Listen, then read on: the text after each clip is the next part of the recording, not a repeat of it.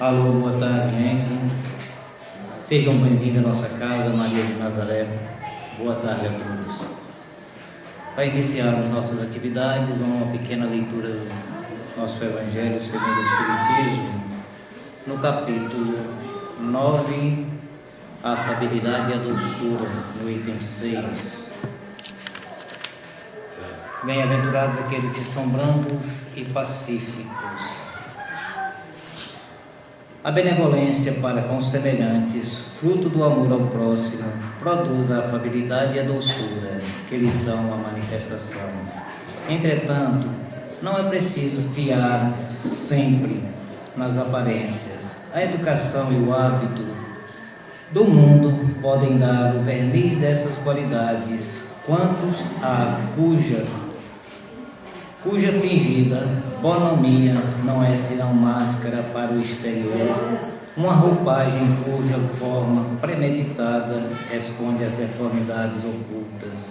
O mundo está cheio dessas pessoas que têm o sorriso no lado dos lábios e o veneno no coração, que são brandas contando que nada as machuque, mas que mordem a menor contrariedade, cuja língua, dourada quando falam face a face, se transmuda em dardo venenado quando estão por trás.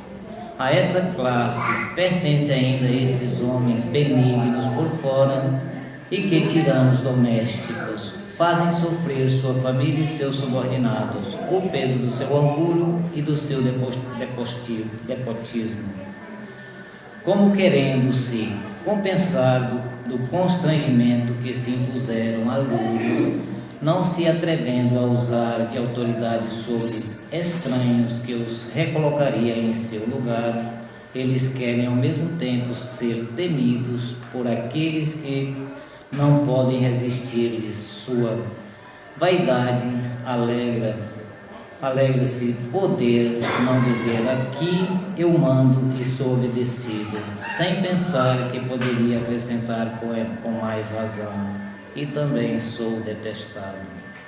Não basta que dos lábios gotejam leite e mel, pois se o coração nada tem com isso, há hipocrisia. Aquela cuja afabilidade e a doçura não são fingidas, nunca se contradiz. É o mesmo diante do mundo e da intimidade. Ele sabe, aliás, que se pode enganar os homens pela aparência, não pode enganar a Deus. Lázaro, Paris, 1861.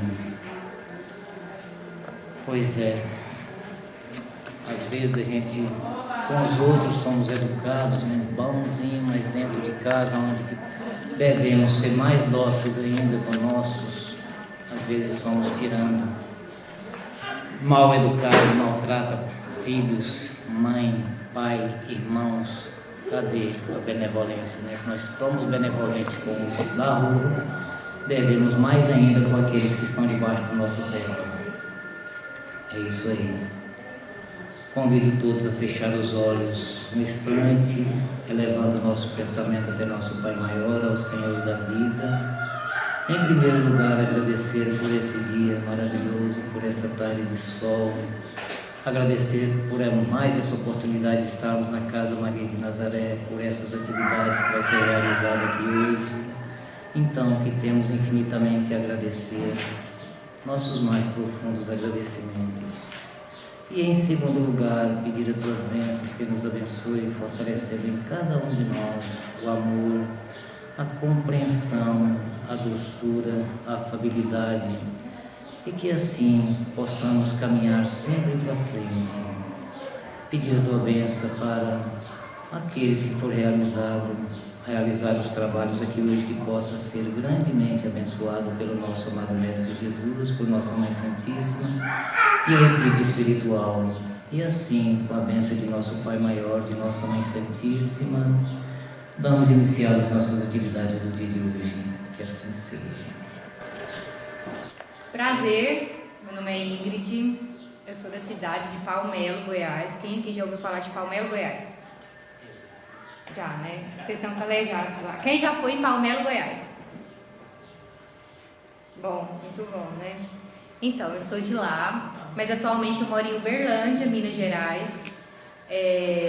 Tenho minha filha, meu esposo e hoje eu moro em Uberlândia, mas eu tenho um centro espírita que atende uma vez ao mês na cidade de Palmelo também com os tratamentos de cirurgia espiritual. E esse centro eu coloquei em homenagem ao meu pai, que é o Antônio de Oliveira Rios, e hoje o centro leva o nome dele, que chama Centro Espiritualista Antônio de Oliveira Rios. A gente fala mais a sigla dele, que é o CEAOR. Hoje todo mundo, se chegar lá em Palmelo, onde que é o CEAOR? Todo mundo vai saber que é o centro lá que a gente tem os trabalhos. Bem, o que... Paulo, tem como você me arrumar o pós-operatório lá, folhinha? Inicialmente, é bem breve o que eu tenho a dizer para vocês. Primeiramente, eu quero agradecer o convite que a Casa Espírita Maria de Nazaré fez a nós, para a gente estar aqui hoje. Esse é um projeto que a gente tem no Centro Espiritualista Antônio de Oliveira Rios, chama Uma Flor em Meu Caminho, a história continua. A gente, assim como meu pai, para vocês entenderem, meu pai, há 29 anos atrás, ele trabalhava com um médico, o Ricardo Duanes-Stein. E ele foi instrumento do Dr. Ricardo, juntamente com o Dr. Ricardo. O Dr. Ricardo efetuou várias curas em Palmelo por anos, até o desencarne do meu pai. Meu pai desencarnou vítima de um ataque de abelha Europa na beira do rio. E eu tinha 1 ano e meio quando ele desencarnou. Então, nesse ciclo todo, fui criada em família espírita, porém nunca dei moral para a história do meu pai. Ah, você é filha do Antônio? O apelido dele era Antônio Capador. Alguém imagina por que era Antônio Capador? Porque quando ele trabalhava com o Dr. Ricardo, ele cortava. E as pessoas simulavam isso como se fosse um local de abate, né? Vamos dizer assim. Mas lógico, não abatia as pessoas. Mas as pessoas assimilavam isso, né? Porque era com corte, era uma coisa bem... era no corredor do centro, era nas macas, era em tudo quanto é lugar. Me contam histórias que uma vez a polícia foi lá para prender o meu pai como médico, né, por ele cortar. E aí o Dr. Ricardo falou assim: quer prender o médico? Pega uma maca lá dentro, pediu para um trabalhador e falou: põe aí no meio da rua. Aí ele pôs a maca lá no meio da rua e fez a cirurgia lá no meio da rua. Aí a polícia, perna pra que te quero? Eu prender um homem desse, depois é que ele inventa de me cortar também, né? Mas eram essas histórias que aconteciam lá e o pessoal conhecia ele como Antônio Capador, ou Antônio Curador. Cada um tinha um jeito de conhecer ele, né? Mas ele trabalhou em Palmelo, sendo instrumento do Dr. Ricardo por muitos anos, até o desencarne dele, que foi em julho de 1990. E aí eu nunca dei muita importância, né, assim, em seguir a história, nem nada. Quando foi em 2010, eu comecei a interessar. Perguntei minha mãe, ela me contava histórias. E é isso mesmo, minha filha. Essa é minha filha, gente. E fui contando história e comecei a frequentar uma casa umbandista em Palmelo. E foi nessa casa umbandista que eu tive o primeiro contato com o meu pai. Eu fui lá porque uma amiga minha falou assim: olha, amiga, eu fui numa casa umbandista aqui e lá meu avô manifestou, me deu um recado. Aí eu falei: é mesmo? Eu vou nesse negócio. Eu também quero receber um recado? Falei: eu vou nesse negócio, eu também quero receber um recado. Eu tô precisando saber onde meu pai tá, ou alguma notícia do Dr. Ricardo. Quero saber algum momento onde que eles estão. Então nós vamos lá. Eu falei: não, tá bom, nós vamos. E a gente foi. Aí chegando lá na segunda-feira, aí cheguei lá, sentei no centro pequenininho, mas ele era muito pequeno. Era tipo um corredor só assim, que cabia umas 5 pessoas lá dentro e o restante era lá de fora. E aí a gente entrou, esse dia era de corrente magnética. Aí tô lá e o povo cantava umas músicas, eu não conhecia essas músicas, e balançava e mentalizava. E aí recebi paz, passei na corrente magnética. Cadê a notícia? Eu falei, gente, mas eu não recebi essa notícia não acredito. Vocês pensam tanto que eu saí de lá frustrada, eu saí bem mais. Mas foi bem mais mesmo. Eu não volto aqui mais não. Você me convida para esses lugares, eu não recebi o que eu queria, mas eu saí já muito revoltada. E era carnaval, a gente foi pra casa, aí os meninos me encontrou e falaram, Ingrid, vamos lá pra praça tocar violão, fazer um luauzinho, de jovem mesmo. Eu falei, vamos, isso em 2010. Falei, vamos pra lá. Aí eu tinha uma câmera digital, na época assim, era coisa de outro mundo, né? Câmera digital, de tirar foto, né? Os meninos, leva essa câmera pra gente tirar foto lá na praça. Falei, não vou levar essa câmera não. Eu tava tão nervosa. Falei, não vou levar essa câmera de jeito nenhum. Vamos levar sim. Vamos levar essa câmera pra gente tirar umas fotos e tal. Falei, então se vocês quiserem, a câmera tá ali em cima do sofá. E aí vocês pegam que a gente tira foto. E aí pegou essas câmeras e foi tirar essas fotos. Quando a gente chegou na praça, eu fui atender um telefonema. E os meninos começaram a tirar foto. Tirando foto, nananana. A hora que eu desliguei esse telefone, que eu olhei pra trás, tinha uns com cara de assustado, o outro com cara de medo. Eu até depois quero procurar no meu notebook a foto. Eu falei, gente, o que aconteceu? Ingrid, olha essa foto aqui. Um raio, não tinha nenhum poste atrás, era uma praça escura. Era um jato de luz que vinha na cabeça dos meninos assim. Falei, meu Deus, o que é isso? Aí e por isso ficou. Aí eu tinha conhecido um rapaz mais cedo. Ele era médico clarividente. Aí eu falei, ele chama Rocha, eu nunca esqueci o nome dele. Falei, Rocha, inclusive de Brasília. Olha esse aqui.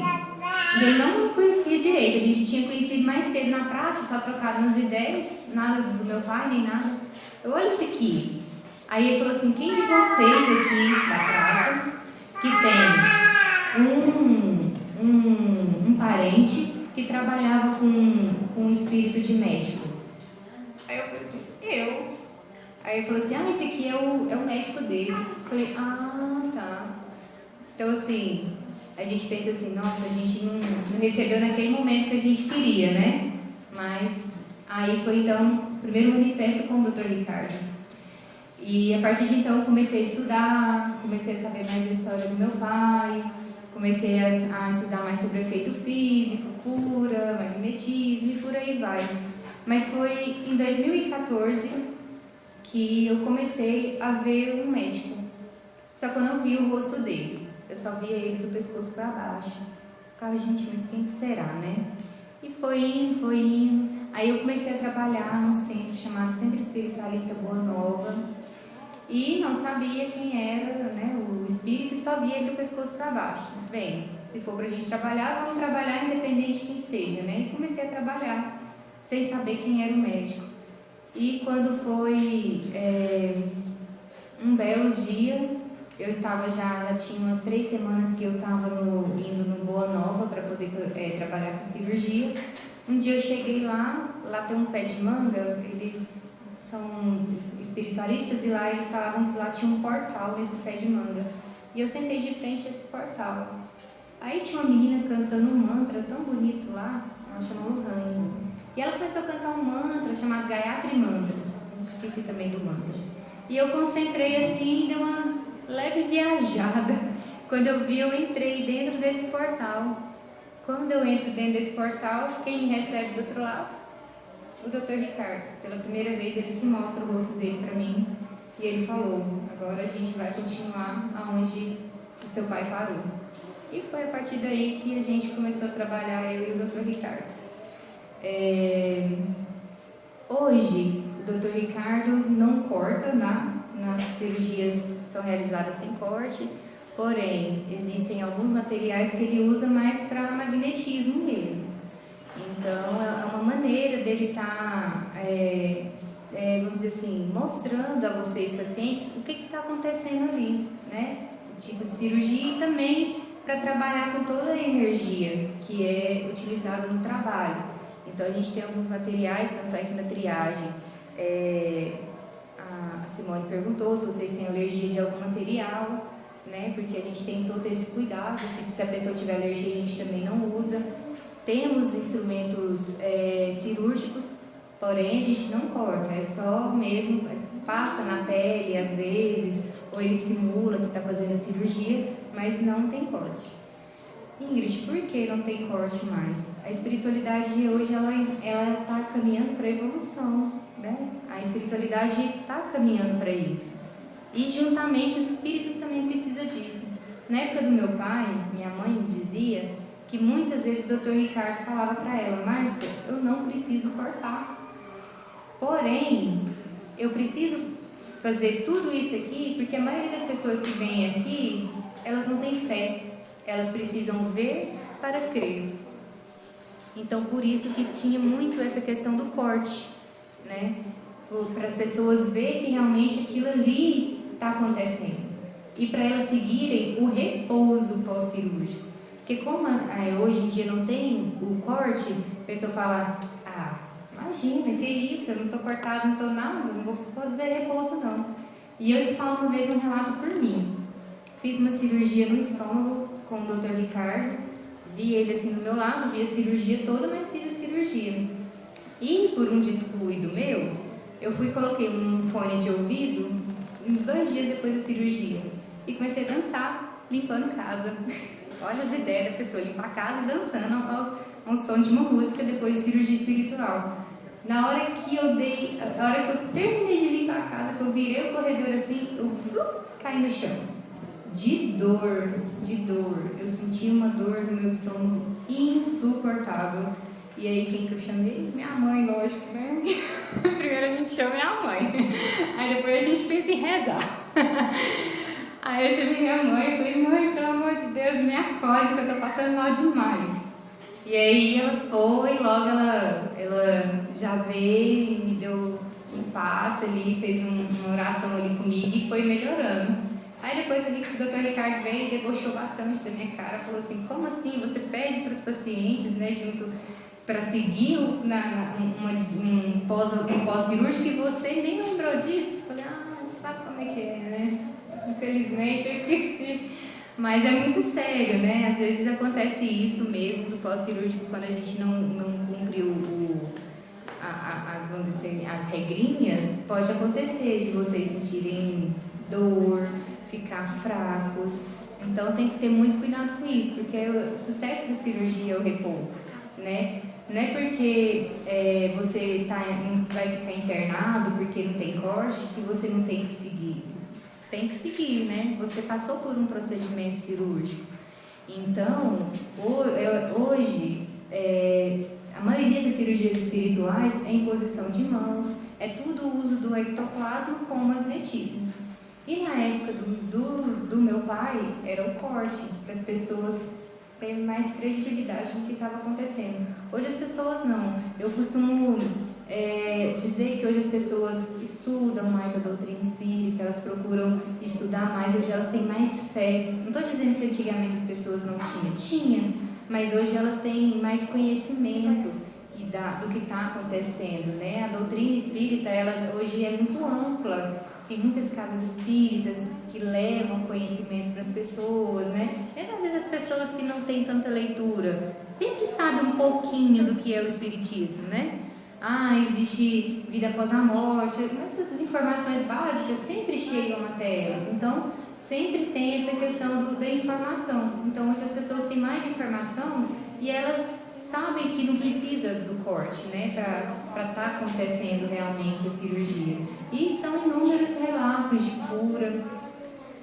Tem curas que acontecem na hora, né? Pode acontecer cura na hora. A gente já teve paciente que estava com nódulo no seio, aí o Dr. Ricardo virou para ela e falou assim: procura seu nódulo. Ela apalpou, não tem nódulo. Tá bom. Então até mais. Ele só deu um até mais pra ela, tipo assim, fiz a minha parte, né? Então tem curas que elas são, que ela tem que dar uma continuidade, né? Às vezes, o paciente vem aqui e não voltou pra casa, mas eu ainda não estou me sentindo bem. Volta de novo. Não é porque a primeira vez não deu certo que não pode dar certo na segunda, pode dar uma segunda. vai insistindo, uma hora acontece, né? Para Deus nada é impossível, eu costumo falar isso, né? A pessoa tem que ter fé, merecimento, né? Só que para Deus nada é impossível. Vai que às vezes Deus quer provar alguma coisa para aquela pessoa sem fé. A gente nunca sabe o propósito de Deus na vida de cada um de nós, né? A gente está aqui, graças a Deus, Deus pelo menos deu a consciência das pessoas virem procurar um tratamento espiritual. Mas cabe cada um ter o merecimento que vai receber, né? E eu espero de coração que vocês tenham o merecimento de sair daqui melhores do que vocês chegaram. Isso é o que a gente espera, é o que a gente torce, é o que a gente insiste, né? E agora, vocês não receberam do pós-cirúrgico?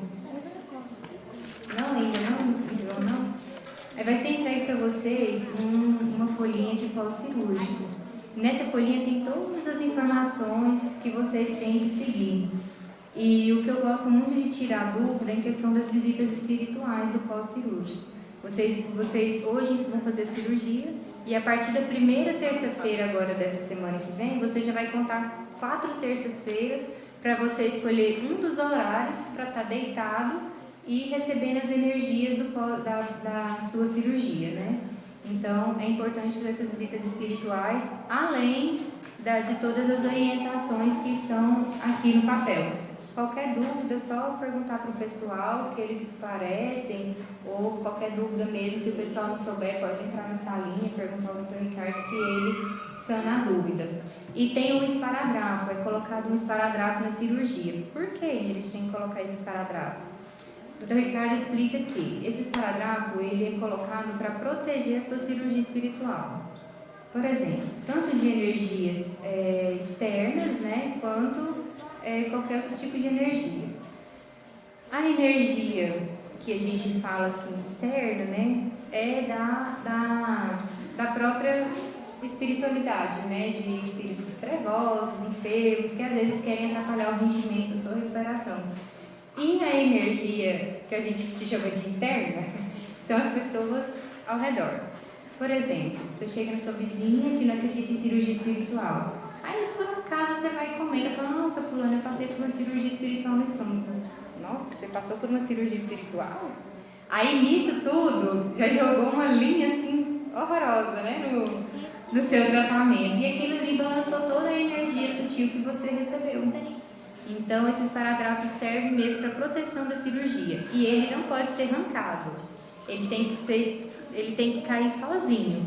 Tem pessoas que ficam 2 dias com esparadrapo, outras já ficaram 45 dias com esparadrapo. Mas pode tomar banho, tá? Pode passar o sabonete por cima, normal, vida normal. Só que deixar cair sozinho, tá bom? E é isso. A minha história é um pouquinho com o Dr. Ricardo e do meu pai essa. Hoje eu carrego todo o exemplo do meu pai. Foi um médium que foi instrumento, um médium que auxiliou muitas pessoas, um médium que errou, teve alguns erros, mas quem não erra, né? Hoje em dia todos nós somos errantes e a gente está aí para aprender com os erros. E garanto que após, mesmo encarnado ou desencarnado, te garanto que ele também aprendeu muito, né? E eu sou muito grata a Deus por eu estar aqui, né? Levando a história do meu pai, relembrando a história do meu pai, tendo ele como exemplo e podendo trabalhar juntamente com o Dr. Ricardo, que eu falo toda hora quando a gente vai conversar, eu falo: gente, eu sou apaixonada no Dr.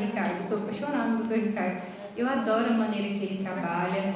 Ele é um espírito que ama as pessoas, ele ama a humanidade.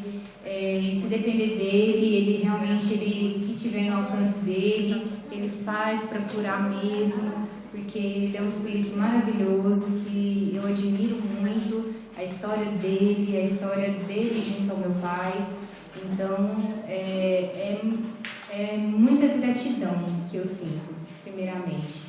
Eu sou grata e o resto a gente vai trabalhando para a gente poder receber as outras coisas, né? Mas o que me move é a gratidão que eu sinto em estar nos lugares, levando cirurgia espiritual, levando tudo o que as pessoas procuram, necessitam para a cura do corpo físico. Tá bom?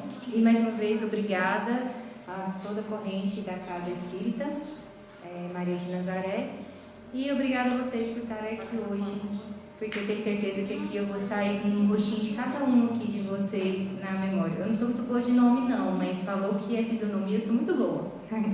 Então é isso, muito obrigada. Eu vou passar... Pode passar. Só a palavra mesmo? Pode. Bom, sobre cirurgia espiritual que a gente estava falando aqui, eu tenho um cliente, ele é evangélico, a esposa dele é evangélica, ele tem uns 70 anos de idade, não acredita no espiritismo, não acredita nos espíritos. Só como ele sabe que eu sou espírita, ele chegou na oficina esses tempos atrás, tem uns 3 meses. Foi seu, né? Eu fui fazer uns exames esses dias. No meu exame, quando o médico pegou a radiografia, falou: olha, você já fez uma cirurgia, né? Se eu não me engano, foi de apêndice. Ele: não, nunca fiz cirurgia nenhuma. Ele: já você fez uma cirurgia porque está a cicatriz da cirurgia, bom, não é real aqui. Aí ele foi me encontrar. Quando eu era criança, eu tinha uns 12, 13 anos de idade, eu tinha esse problema, e era muito sério. E minha mãe me levou a um centro espírita. E eles fizeram essa cirurgia, só que eu não me lembrava mais disso. Então, a partir desse dia, nunca mais tive mais nada, só que ainda está a marca da cirurgia, com 70 anos de idade. Está lá a cicatriz ainda. Isso para ver o quanto que é sério essa cirurgia. Então, não é brinquedo não, é sério. Esse é um relato que eu acho que é importante. Essa foi a foto que eu comentei com vocês no primeiro momento com o Dr. Ricardo. Aí esses são meus amigos. Hoje minha melhor amiga que me apresentou o centro onde eu fui, e o meu melhor amigo também. E ele é pai de santo. Hoje ele é pai de santo desse centro que eu frequentava lá em Palmelo. E aquele ali é um Lucas. Continua meu amigo. Então é isso. Alguma dúvida, gente, referente à cirurgia espiritual? Alguma dúvida que eu possa sanar vocês? Alguma pergunta para mim que eu possa esclarecer alguma dúvida? Todo mundo tranquilo? Tá tudo certo? Ó, uma orientação para vocês. Fiquem tranquilos, fiquem com pensamento leve, entrem tranquilos. É uma cirurgia muito rápida. O Dr. Ricardo é muito tranquilo, às vezes ele conversa, ou às vezes ele também fica calado, só observando. Mas entrem tranquilos, pensem no que vocês vieram receber, pensem no que vocês querem de melhor para essa cirurgia de vocês, tá? Então podem entrar tranquilos. E qualquer dúvida, pode perguntar. O Dr. Ricardo não importa se vocês perguntarem alguma coisa para ele, tá? Então, vocês fiquem completamente à vontade. E quando entrar lá dentro, vocês relaxem da melhor maneira possível. Tá bom? Muito obrigada. E a cirurgia da época do meu pai.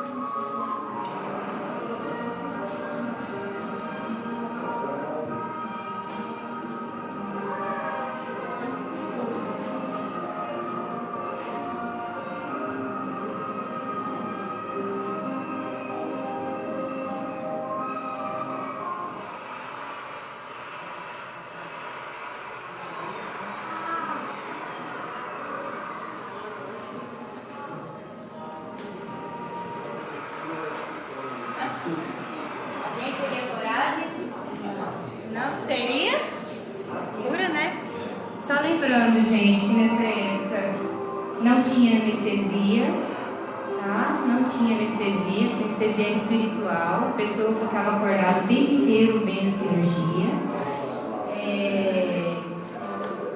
Ele conseguia identificar o tipo sanguíneo da pessoa só de olhar, e aí tinha transfusão de sangue, né, depois da cirurgia. E ele era só um pedreiro analfabeto, ou seja, ele não sabia escrever o nome dele. Então, é isso, Deus é maravilhoso, né? Deus é maravilhoso. E detalhe, nunca morreu alguém na mão do Dr. Ricardo. Nunca ninguém morreu na mão dele. E nunca ninguém teve complicação pós-cirurgia, né? Falar assim, foi culpa da cirurgia, foi hemorragia por causa da cirurgia. Nunca aconteceu isso, tá bom? E eu sou grata, né? Por hoje estar sendo instrumento do Dr. Ricardo na evolução que segue a espiritualidade, né? Então tá bom, gente, vamos seguir os trabalhos e bom trabalho a todos.